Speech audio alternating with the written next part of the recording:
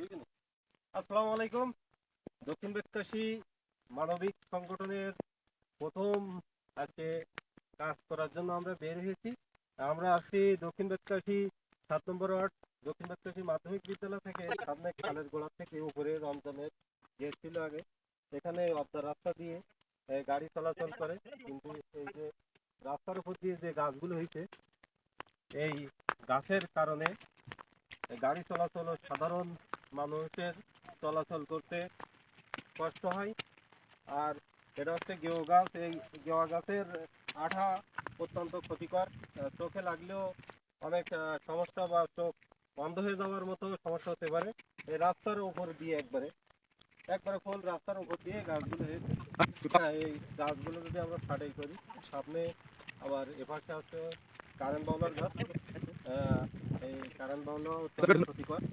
আমরা মানুষকে অনেকবার সচেতন করেছি যাতে এই গাছ না লাগায়, কারণ বৃষ্টি হলেই গাছগুলো নেমে আসে, নেমে আসার পরে চলতে মানুষের সমস্যা হয়।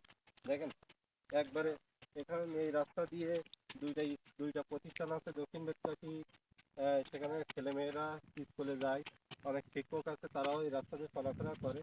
কিন্তু এই অবস্থা, এই রাস্তা এখান থেকে একটা মোটরসাইকেল জাতি গেলে